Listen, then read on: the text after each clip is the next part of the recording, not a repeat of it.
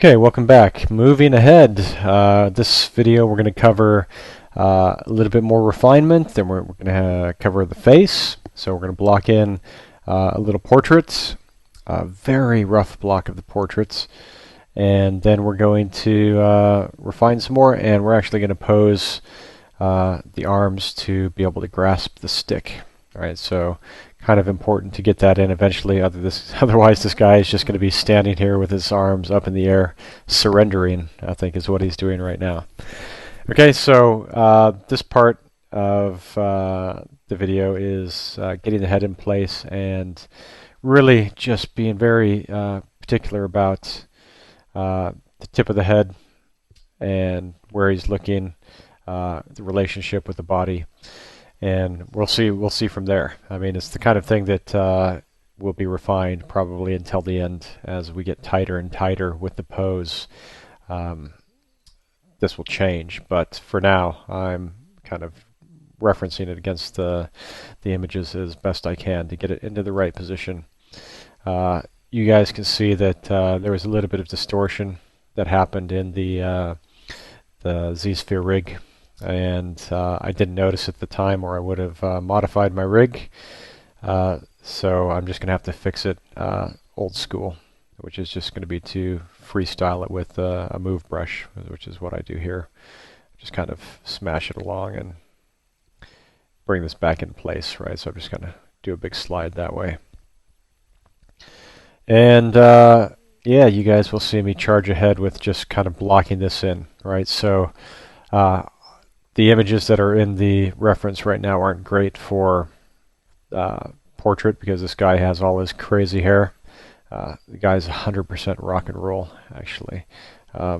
So most of it's hidden, which is it's a good and bad thing, right? It's a good thing because, well, it's bad because we can't actually see to make the portrait, but it's good because we can't actually see to make the portrait, which means that if your portrait is a fail, then you don't have to worry, just put a lot of hair, right? But our goal is to make a decent portrait, so I will try to provide you guys with some more comprehensive face reference for this guy as we get further along with this sculpt. Okay, you'll notice that I'm not using symmetry. It just comes out a little bit better that way because there is very little symmetry that is perfectly symmetric in nature, right? So I actually end up sculpting things twice, as you guys well know. It takes me a little bit of extra time, but we get there in the end, and maybe it's better. I don't know. So normally I don't do this. I don't start with the nose, but I don't know what possessed me. I just blocked in the tiny ball of the nose and some tiny wings. Who knows? I was just kind of had a mental lapse. But what you'll see kind of coming up next is the things I want to start with in my portrait are going to be things that more or less mirror the kind of the edge looping. I want to block in the orbits, right? I want to block in the shapes of these. I'll block in a little bit of this, the nasal bone, and all of the underpinnings for this kind of portraiture work come from the skull underneath. And so you'll see me block in this guy, which is the zygomatic bone, and then we'll start to get some of the furrows that this guy has blocked in. This course is not entirely about portraiture, obviously. That's a deep subject and a long subject where we probably spend as many weeks getting comfortable with doing portraits, but I want you guys to get comfortable with kind of the large scale aspects of it. And certainly many of you have executed portraits of your own, so this is not like I'm teaching you something for the very, very first time. All of this is probably at least passingly familiar to you. Okay, so look, this, if anybody's ever seen a skull before, and I hope you have, on something other than, say, Halloween or something like that, this is kind of what's the important aspect of a skull for portraiture, right? So zygomatic arch, just what I was outlining a moment ago. Coming across, and this is going to be bony. All this is bony structure. Obviously, forehead's a little bony. This guy has some crags up there that we'll mark in. From this bit forward, we're kind of looking at soft tissue, right? We're going to look at some really furrowed fat in here, right? There's a little fat pad that sits in this little pocket that this guy has. And then we're going to look at a lot of wrinkles of compression through here. This guy has his chin pulled down a little bit, and it's going to create a lot of kind of wrinkles coming out that wrap down underneath the chin. And then we'll also have to look at styling his lips a bit. It's not going to be a final, complete portrait of that. I'm not going in and really looking for complete likeness based on proportions of eye widths and proportions between the eyes, eye widths, eye height, eyes in relation to nose, eyes in relation to mouth, mouth in relation to nose, nose in relation to chin, etc., etc. All these measurements are actually provided in the model sheet. So when we get to refining this a little bit more as the sculpt continues, we will try to hit the likeness by just starting to tweak the relationship and the shapes of what we're already establishing right here. Okay, so look, I just sculpted two sides. They look about the same. Cool. Now I'm looking at the reference and just trying to get the bits of his lower lip in. I'm just going to try to get this all happening over the chin that we already have. And I'm getting the furrow coming out here. This is called the nasolabial furrow, which is nose to labia, lips, nasolabial furrow. And it's a nice little tube on this guy. It just comes down and actually goes continuous all the way down.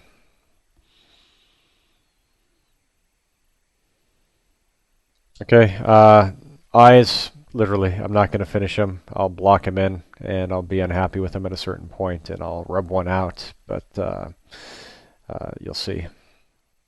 Just want to get them actually in place eventually. And then we'll make them look better as we go.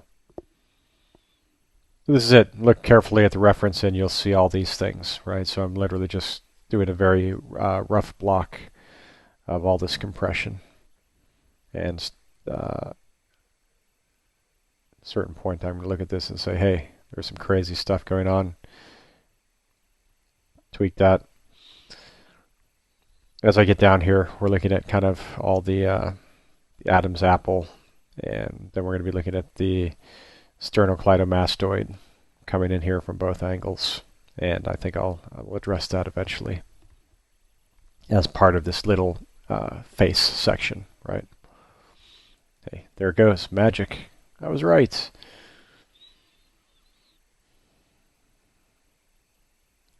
Right, so actually notice that on a head that's compressed back like this, chin pulled down, so head tipped forward a little bit, all of this really bundles up around the back angle of the jaw, and you're not seeing what you would traditionally consider the angle of the jaw, right? You're not seeing this big thing like this, the square superhero jaw.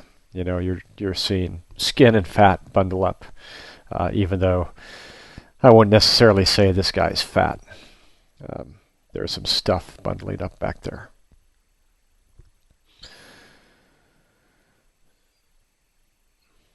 Let the edge loops guide you for the eyes, right? These are there for a purpose.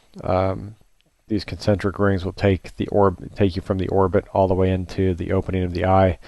You can do these very meticulously at level 1 if you want, or you can do it quite kind of sketchy like I'm doing. But you can see up here that this is the opening of the eye, and then with subdivision you can style this into eyelids fairly easily and get all the things that you need with that looping and a few subdivisions.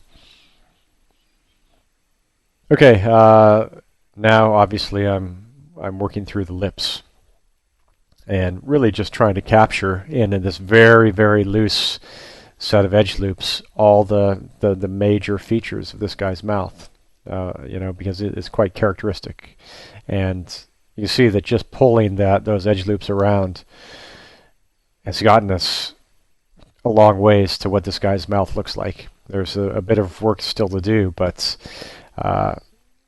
just a few more tweaks and we're practically maybe 80% there with just a few moves of vertices, right? And now it's going to be tweaking this. And to actually get the part in the lips where there is none, I have this edge loop targeted, and I'm going in with the pinch brush. You can see over here, and I have I've done a couple replay lasts, right? So you see, all is revealed. Replay last, just tightening it up, and then once you have that tightened up, I think I went over this in the very first week in the brushes section. You just hit it with a standard brush, and it's really easy to control what's happening there. Unfortunately, less easy to control what this annotation marker is doing, but just run a standard brush over that a couple times, and it creases in fairly nicely. Okay, tiny bit of volume going in. I overdid it the first go, so now I'm taking this out. This is quite a bit too girly and too pronounced, so we'll just rub that out and just kind of proceed a little bit.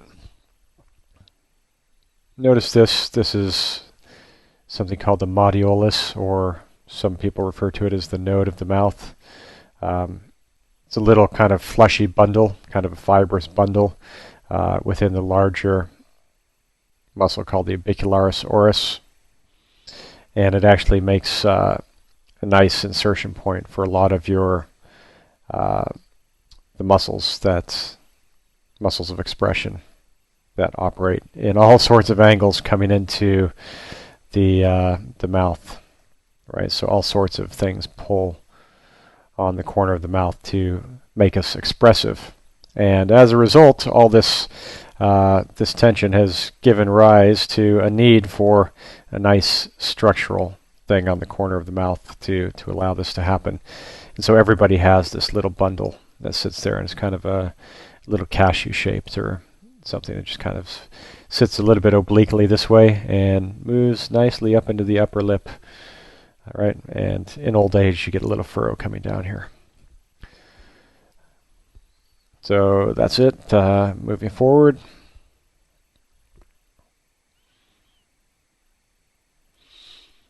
Just looking at some of the superficial markings on this guy's forehead now. They're superficial because these are just skin folds as opposed to big structural things like cheekbones and kind of cartilage for the nose. But they're quite pronounced on this guy, so I am kind of blocking these in with kind of medium frequency details, right? So these are big kind of rolling shapes on this guy's forehead. This will be refined to nice tighter forms later on. Now for a little bit of eye. I hadn't done anything properly to his nose. I literally just did a fake, average, made-up nose, not even looking at his nose in the reference. And so I just noticed it needs to be quite a bit wider, and actually, eventually I'll have to go in and make it very kind of unique to him. And things like the wings of his nostrils will need attention, and some of the blocks of the kind of uniqueness of the cartilage.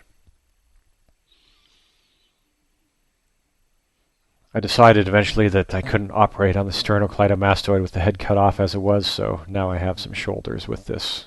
So we can put all this in context.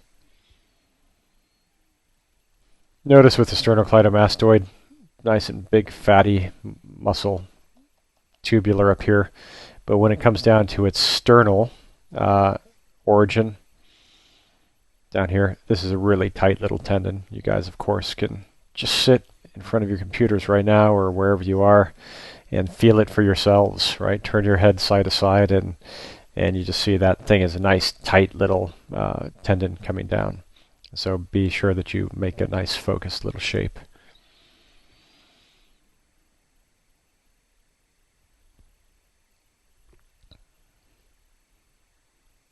A little bit of refinement, filling in some of the volume in the back.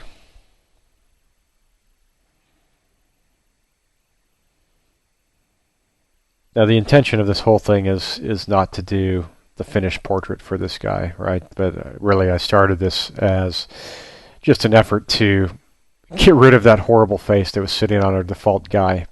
And so like this looks like it might have been is a lot of work, and you guys might not be getting the same results immediately. But the idea is really to, I mean, the lot of work bit is not that much. We blocked in the bones, right? We put in the furrow down here. We made the lips look passingly like the guy, and then we've put in these concentric rings. So things start to fall in place, and I suppose there is quite a bit of art to portraiture. And you can see I was extremely unhappy with the eye, so I've actually gone in and erased it, and just trying to get it to match the other one a little better. And this is one of the horrible things about not using symmetry, is actually having to do things, tedious things like this twice, where you really just kind of want them to match. And so we're close now, but it wasn't without a tiny bit of pain. They're still sitting a little bit too high up in the orbit, right? So orbit is coming through like this, so I'm going to have to pull these down a tiny bit in a minute, I think. Okay, maybe I'll leave it, but I think that's it for now. So that's kind of where we got to with the portrait. Little spin around. Forgive the little slide off the screen. We're spinning around the center of the model, right? And his head is leaning forward, so eventually I spin it around the screen space. Okay, it's far from perfect, but it's a start, right? So where we're going to take this as we refine and refine is we're going to get in really specifically with the shapes of the features, right? And then we're going to get the relationships between features sorted out, all these things that we're talking about a little bit earlier, and then the relationships between, the big shapes, right? So we have measurements for some of these things relating to the ear hole, which is known as the tragus. You'll see this in a lot in your model measurement sheet, right? So tragus to all sorts of points. So there's all sorts of things that we can do to help really tighten this if we do need to get down to that level of measurement. Okay. So good luck with the face. It certainly is not simple, but this doesn't need to be beautiful either. I just really want you guys to get rid of your default face, right? Which is the whole point of this. Okay. I'll see you in a minute with a little bit more.